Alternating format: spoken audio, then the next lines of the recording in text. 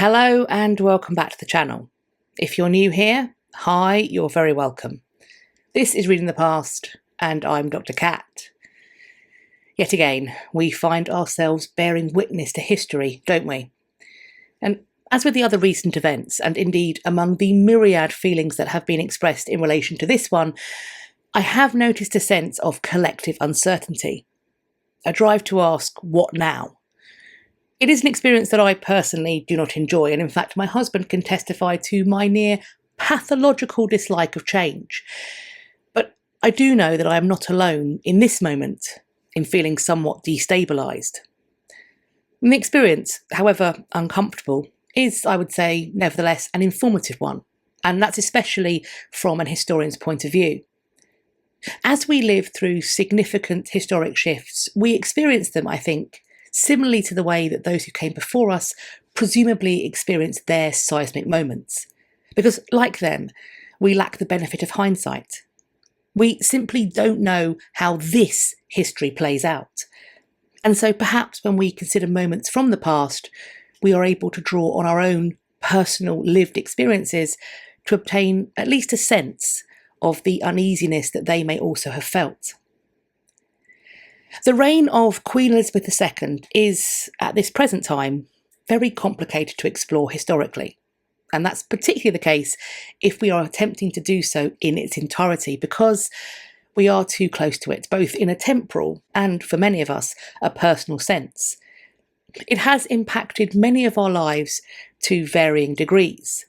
But at the same time, we are simply unable to know what its aftermath and its legacy will actually be. Many of the documents that will allow us to shape an understanding of this time, as their equivalent documents have done for earlier periods, are not available to us currently. I'm a frequent explorer of the state papers, for example, but the documents that are part of this collection, the ones that have just been produced, will not be available for us to peruse for another 20 years. What complicates the issue, though, is the fact that the ceremonies that are now being enacted are the product of centuries of developing protocol around the institution of monarchy. Additionally, much of the media coverage is asking us to both look backwards at one reign and forwards to the next, and even to the succession after that. As I mentioned in the poll post on my community tab, I found myself a bit stuck with what to cover in this week's video. And I am so grateful to everyone who took the time to respond to that poll post. This was the topic that won out. As the Second Elizabethan Age comes to an end, today we will be looking at the events and protocol that occurred at the close of the First. Of particular interest, I think, are a series of drawings, which are thought to have been produced near contemporary to the events, which show the funeral procession of Queen Elizabeth I. But before we take a look at this, I want to say an absolutely massive thank you to History Hit for sponsoring another video on this channel. History Hit has hundreds of programmes online, over 1,000 podcast episodes on their award-winning podcast network, and 5,000 history-related travel articles. And what's more, new content is being added all the time because they launch 15 new podcast episodes and 2 new programmes every week. Whilst Dan Snow's History Hit continues to be the world's leading history podcast, they also have 4 podcasts covering the ancients, warfare, gone medieval, and not just the Tudors, which is hosted by Susanna Lipscomb. This is in addition to Patented, Betwixt the Sheets, and their brand new podcast, American History Hit, which is releasing this month. History Hit is like Netflix, but for history. I recently spotted this series, Women Who Made History, and I am really looking forward to watching all 6 of their episodes, as they tell the stories of Cleopatra, Joan of Arc, Elizabeth I, Catherine the Great, Queen Louise of Prussia, and Sophie Scholl. Click the link in my description box to find out more and to subscribe to History Hit. As an added bonus, my viewers are able to get 50% off your subscription for the next 3 months by using code READINGTHEPAST. Thanks again to History Hit for sponsoring this video. And now, let's explore 1603 and the end of the First Elizabethan Era.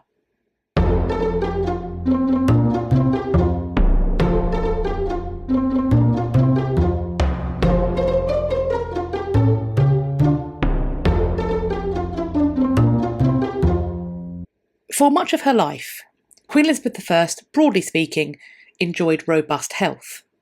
There were bouts of illness during the reign of her sister Mary I, but these may have been a physical manifestation of the psychological stress that I think was understandably potentially caused by the real danger that Elizabeth found herself in during this period.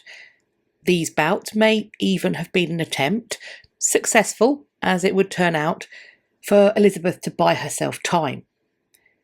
What is the case is that these bouts of ill health would also recur at times of high stress or indeed distress during Elizabeth's reign. Towards the start of her reign, in 1562, Elizabeth's life was truly threatened by a bout of smallpox.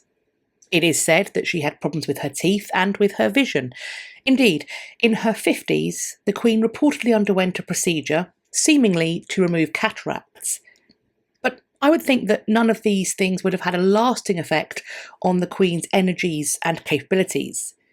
To this end, Patrick Collinson states that, quote, "As Elizabeth approached her 70th year, she seemed in remarkably good health, still capable of riding as much as 10 miles on horseback, showing off to courtiers and ambassadors."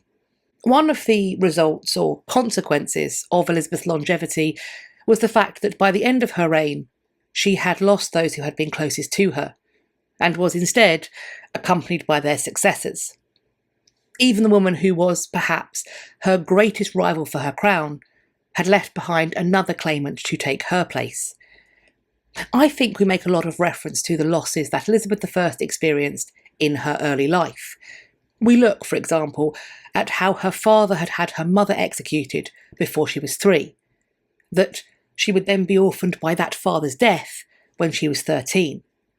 We discuss how she then lost the stepmother she is said to have loved just over a year after that she lost her little brother, Edward VI, when she was 19, and then her elder sister, Mary I, died when Elizabeth was 25.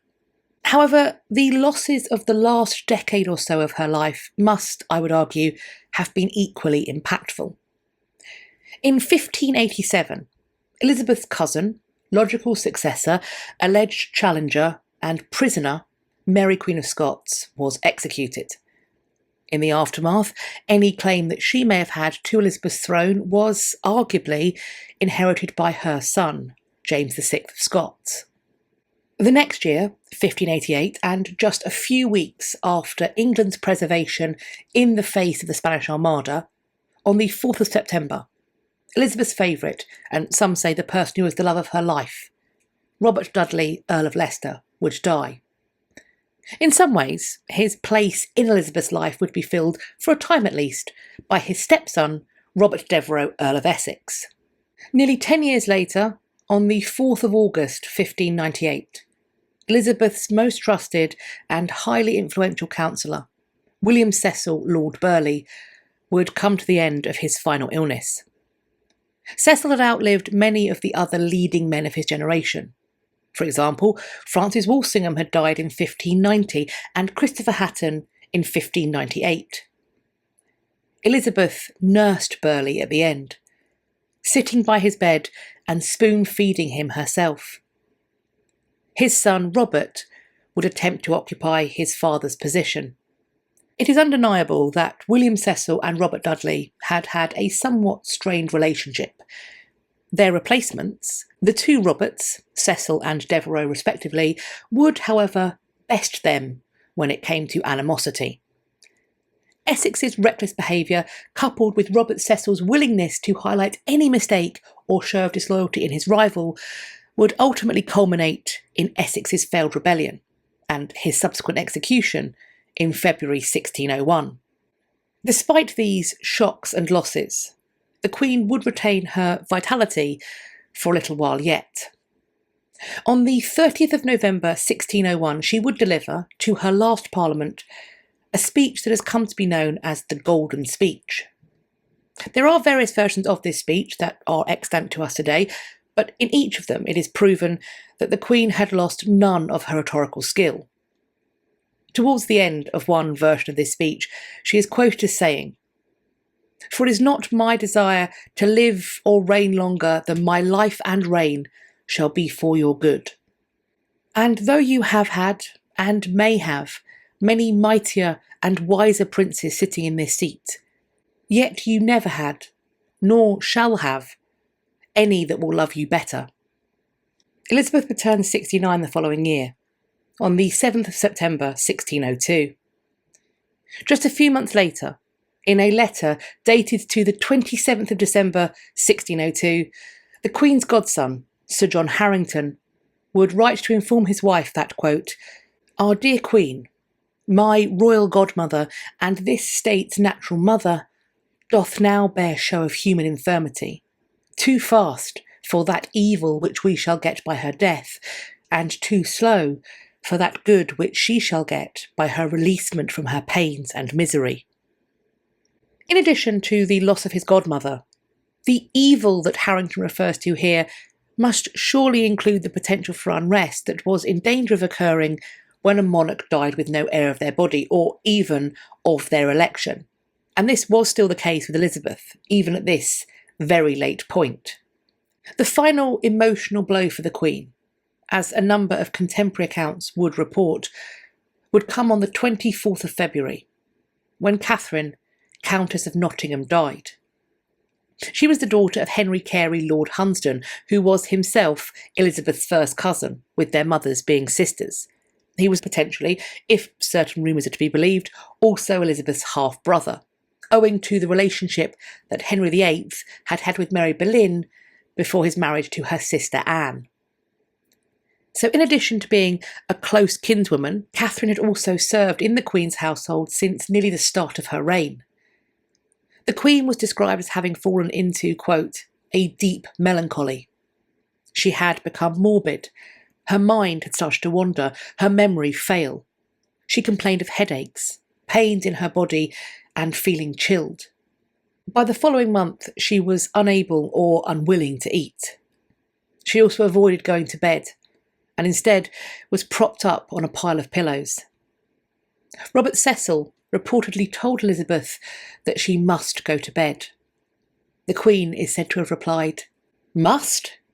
Is must a word to be addressed to princes? Little man, thy father, if he had been alive, durst not have used that word." As it became clear that the Queen did not have long to live, her Archbishop of Canterbury, John Whitgift, was sent for to prepare her for her death and for the eternal life that they believed must surely come after it. It is thought that bronchitis, pneumonia, or perhaps sepsis was what ultimately caused the Queen's death at Richmond Palace on the 24th of March 1603. William Camden would assert that Elizabeth had verbally named James VI of Scots as her successor just before her death. However, another report stated that she made a sign in support of James after she had lost the ability to speak. I have my doubts that she made any such sign or statement, but either way, James would come next. Robert Cecil had been engaged in a secret correspondence with the King in Scotland since 1601. He had been advising him on how to maintain and develop his favour with the Queen. Within moments of her death, one of Henry Carey, Lord Hunsdon's sons, Robert, made haste from Richmond in Surrey all the way up to Holyrood in Edinburgh. It seems that Robert was most determined that he be the one to first bring news to the new King of England that he was in fact now King of England. He must have travelled at nearly breakneck speed because he would arrive on the 26th of March 1603. I can certainly see how, to modern eyes, any fears of civil unrest, even civil war, that are attached to this moment in history might seem unusual. After all, I think James is often presented as being the only logical successor to Elizabeth. And perhaps, if we consider just how peaceful the transfer of power actually was, this remains a valid assessment. Either way, the Queen was dead, and now the new King of England could travel to London to partake in the ceremonial protocol that marked the end of one reign and the beginning of another. It was customary for the elite, and particularly for royals, to be embalmed, for their viscera to be removed and, in some cases, interred in separate locations than their body would be buried. That body would then be stuffed with herbs and spices and then wrapped in a waxed fabric known as cerecloth to aid in preservation. Interestingly, it is said that Elizabeth's dying request was that she not be opened in this way. There is some debate over whether this request was honoured, and she was simply wrapped in the cerecloth or not. Some have, however, used this request as evidence that all was not as it seemed when it came to Elizabeth, that she knew that she had secrets to hide that might, or possibly would, be discovered through the embalming process. Alternatively, it could simply be that this virgin queen wished to go to her grave still untouched by hand of man, still inviolate. Whatever form the preparation took, Elizabeth's body was prepared for burial, and it was placed in its lead-lined coffin at Richmond Palace. Within days, she would be transferred to Whitehall Palace by a barge on the Thames. And then at Whitehall, she would lie in state until her funeral, which would take place over a month after her death.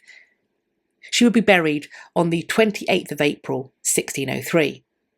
On this day, as we can see in this section of this near-contemporary drawing of her funeral procession, the Queen's coffin was transported on a chariot, drawn by 4 horses draped in black trappers. Her coffin was covered with a rich purple velvet and topped with a painted effigy of Queen Elizabeth. That effigy is clothed in royal robes. It is crowned and holding an orb and sceptre. The canopy over the coffin is being carried by 6 knights. The chariot is surrounded by gentlemen pensioners. This was a ceremonial bodyguard, some of whom are shown here with their weapons reversed and pointing to the ground. This manner of carrying weapons is a customary show of mourning. At the back of this chariot, we see footmen. This image and the document it comes from have been attributed to William Camden, who, among other things, was the Clarenceux King of Arms. This makes him a senior official in the College of Arms and thus in the heraldic and ceremonial life of the nation. Camden appears in the wider image of the funeral procession. We see him here. He is shown bearing the tabard or coat, and he is between 2 gentlemen ushers who themselves carry the white rods that signify their office. Every aspect of this procession and ceremony is instructed by protocol. From who wears what, to what they hold, to where in this procession they walk, all of this is determined by their rank and place in society and in the royal court, and also by the way things have been done in the decades and centuries that have gone by. I think in regard to this funeral, we can expect that there was some extra special consideration, perhaps even some cribbing, to ensure precision in this matter. And I think that's understandable, given the magnitude of this occasion, the amount of eyes on it, but also the fact that it has been quite a while since there's been a royal funeral in England. How many people remember one actually taking place? How many people are still alive having taken part in one before? It may be difficult for them to remember quite what they're supposed to do. But nevertheless, the notion of processional protocol is certainly not something that would have been unfamiliar to anybody taking part in this funeral, no matter how young they were, because whether you're at a funeral, wedding, christening, banquet, masque, or even attending chapel of a regular morning simply to worship, at court there was an order in which things were done. This order was something that everyone at court would have to be intimately aware of. Depending upon your rank, you would be permitted to, or prohibited from, wearing certain fabrics or colours, for example. Your rank, in comparison to those who were also there, perhaps in the room with you, would determine how low you curtsied or bowed, who goes in front of whom through a doorway or down a corridor, where you sit or stand in a room that you enter, and that's just to name a few things. In the 18th century, this drawing was copied by James Visire for the Society of Antiquaries. It survives in a number of copies. Through these copies, we are shown a fuller record of the processional protocol in action, as Queen Elizabeth's funeral procession moved from Whitehall Palace to Westminster Abbey. At the front, we see that we have the Knight Marshal's men to make way. Poor men of Westminster in number 15 follow. Then poor women to the number of 266. Obviously, that number of women is not here being represented, and it serves to remind us that the people drawn here are representatives or placeholders, sometimes for a much larger group. Next up, we have servants of gentlemen, esquires, and knights. 2 porters, trumpeters. Next up, we have the Rose Pursuivant of Arms, in this case named as Philip Holland. The Rose Pursuivant of Arms, and indeed Pursuivants of Arms in general, are more junior officials for the College of Arms. Next, we have the Sergeants of Arms. We have the Standard of the Dragon, borne by the soldier Sir George Bourchier. The horse led by 2 queries. That word queries is a shortened form of what we now know as the word equerries. We have messengers of the chamber. We have children employed in various functions used by the royal household. A selection of grooms.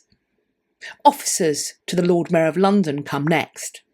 Then servants of noblemen, servants of ambassadors, grooms of the chamber, trumpeters. Next up, we have the fabulously named Mercury Pattern. He is the Blue Mantle Officer of Arms, a Sergeant of Arms.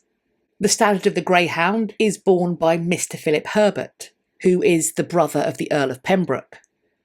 We have yeoman servitors in the hall, and then other yeomen of various functions. Servants to earls and countesses come next, then 4 trumpeters. The Portcullis Officer of Arms Samuel Thompson, a Sergeant of Arms. The Standard of the Lion is borne by Mr. Thomas Somerset. Then comes the horse trapped with velvet, led by 2 queries. The Sergeant of the Vestry comes next, followed by the Children of the Chapel, the Gentlemen of the Chapel, a collection of clerks, Gentlemen Harbingers, a collection of sergeants. More senior clerks come next. Then the Cofferer, Sir Henry Cock. The Rouge Dragon Officer of Arms, William Smith. 2 sergeants at arms. The Banner of Chester is borne by the Lord Zouche. More clerks with yet more important roles come next. Then Doctors of Physic, Chaplains to the Queen, Secretaries of the Latin and French tongues, the Rouge Croix Pursuivant Thomas Knight, 2 Sergeant-at-Arms. The Banner of Cornwall is borne by the Lord Herbert, who is the son and heir of the Earl of Worcester. Aldermen of London and the Recorder come next. Then the Queen's Solicitor, Attorney and Sergeant. We have the Master of the Revels, Master of the Tents, Knights Bachelors, Lord Chief Baron and the Lord Chief Justice of the Common Pleas. The Master of the Jewel House, Sir Edward Carey. Knights, which would have been ambassadors and gentlemen agents. Esquires for the Queen and for the body. Gentlemen of the Privy Chamber. The Lancaster Herald of Arms, Francis Thynne. The Banner of Wales is borne by Viscount Bindon. Following him, we see the Lord Mayor of London, the Masters of Request, named Julius Caesar and Roger Wilbraham. We have Agents for Venice and the Estates, Lord Chief Justice of England Sir John Popham, and the Chancellor of the Exchequer Sir John Fortescue. Next up, we have a really big ticket name, because we have the Principal Secretary Sir Robert Cecil. After him comes the Controller of the Household Sir Edward Wotton and the Treasurer of the Household Sir William Knowles. Richard St George, Windsor Herald of Arms, comes next. The Banner of Ireland is borne by the Earl of Clanricarde. Then come the barons, bishops and eldest sons of earls, followed by the second sons of viscounts and dukes, then earls and marquesses. Dr. Anthony Watson, Bishop of Chichester, the Queen's almoner and preacher, comes next. There is the Lord Keeper, Sir Thomas Egerton, the Archbishop of Canterbury, Dr. John Whitgift, who had ministered to the Queen before her death. Next is the French ambassador and 4 sergeants at arms. Then comes the Great Embroidered Banner of England, which is borne by the Earl of Pembroke, who is himself assisted by the Lord Howard of Effingham, Robert Trestle Somerset, and John Raven, the Richmond Herald at Arms. The helm and crest is borne by Ralph Brooke, the York Herald of Arms. The target is borne by James Thomas, the Chester Herald of Arms.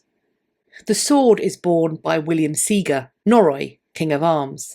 As discussed previously, next up we have William Camden, who is being flanked by those 2 gentlemen ushers. And behind them comes the horse-drawn chariot bearing the Queen's coffin, which, as previously mentioned, is surrounded by knights, gentlemen pensioners, and footmen. The Earl of Worcester, Master of the Horse, leads the palfrey of estate with 2 esquires and a groom attending to lead him away. There is a gentleman usher of the Privy Chamber. William de Thick, Principal King of Arms, follows on. The Lady Marchioness of Northampton is there as the principal mourner. She was Helena, 3rd wife of William Parr, who was the brother of Queen Elizabeth's last stepmother, Katherine Parr. She is shown being assisted by the Lord Buckhurst, Lord Treasurer, and the Earl of Nottingham, Lord Admiral. Carrying her train were 2 countesses and Sir John Stanhope, Vice-Chamberlain. Next came 14 countesses' assistants, then countesses and viscountesses, earls' daughters and baronesses, maids of honour and of the Privy Chamber. The Captain of the Guard, Sir Walter Raleigh, follows them. And then after him, almost being cut off, we see the very start of the Guard following on. We see that they have their halberds pointing downwards, in customary reverence. For me, the value of this document, of these images, is that in addition to allowing us to see some of how the protocol may have played out in the case of the funeral procession of Elizabeth I, I also think that it offers us a greater insight into just how large the court, royal household, and indeed machine of monarchy actually was. After the service, Elizabeth's coffin was placed in the vault beneath the monument of her grandparents, King Henry VII and Elizabeth of York. Her effigy was remade in the 18th century and was given a wax head and new outer garments. However, the pair of bodies that came with the original effigy are still extant and indeed are still on display at Westminster Abbey. Janet Arnold suggests that they were based off a pair of bodies that the Queen had actually worn in life. In 1606, Elizabeth's coffin was transferred to its final resting place in the vault beneath the monument that had been erected to her honour by her successor, James VI of Scots and First of England. The sculptor of this tomb was Maximilian Colt, and once it would have been painted and gilded, with Jan de Kritz being responsible for this part of the work.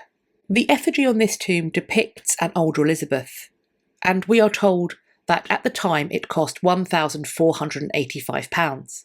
If we check that amount with the National Archives currency converter, we quickly discover that £1,485 in 1600 would, in 2017, have been worth approximately £204,747 and 5 pence, which we are also told is around 29,700 days of wages for a skilled tradesman.